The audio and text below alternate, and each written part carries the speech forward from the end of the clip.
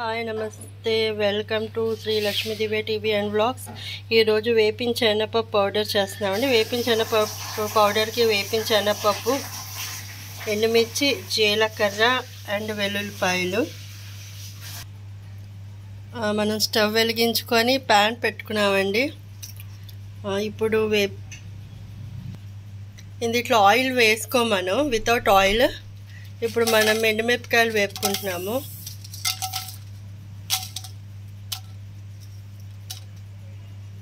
Without ఆయిల్తో మనం వేపుకోవాలి.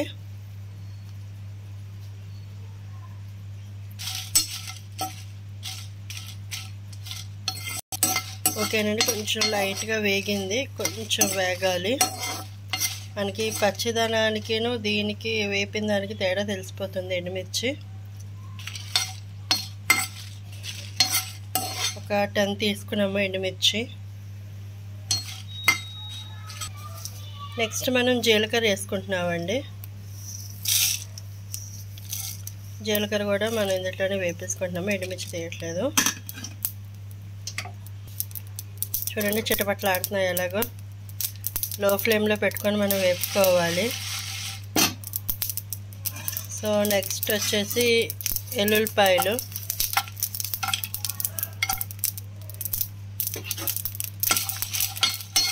అవి కూడా ఇలాగ ఒక 6-7 తీసుకోవాలి రెబ్బలు.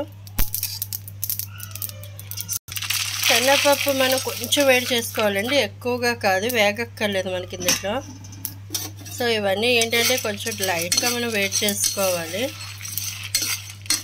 స్టవ్ కట్టేసుకోవచ్చు మనకు, ఎందుకంటే ప్యాన్ వేడిగానే ఉంటుంది కాబట్టి స్టవ్ కట్టేసుకోవచ్చు. సో లైట్గా మనం వేపుకుంటున్నాము. స్టవ్ అయితే మేము కట్టేసామండి, ఎందుకంటే అంత వేడి ఉండకూడదు, దీనికి ఎక్కువ వేడి అవ్వక్కర్లేదు. ఉప్పు మీరు తగినంత వేసుకోవాలి ఇందులోనే లైట్గా. ఇప్పుడు మనం ఇవన్నీ మిక్సీ జార్లో వేసుకుంటున్నాము.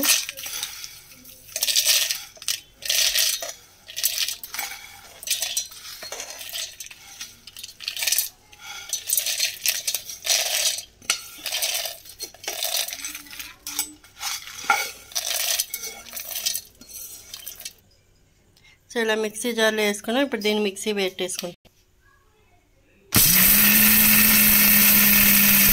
ఇంకొకసారి వేసుకో. ఓకేనండి, పౌడర్ అయితే అయిపోయింది. ఇప్పుడు దీన్ని మనం ఒక ప్లాస్టిక్ బౌల్లో తీసుకుందాము.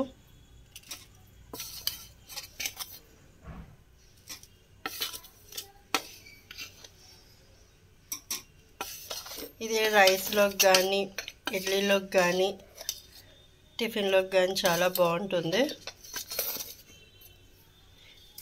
ఇది ఎక్కువ శాతం రైస్లోకి చాలా బాగుంటుంది.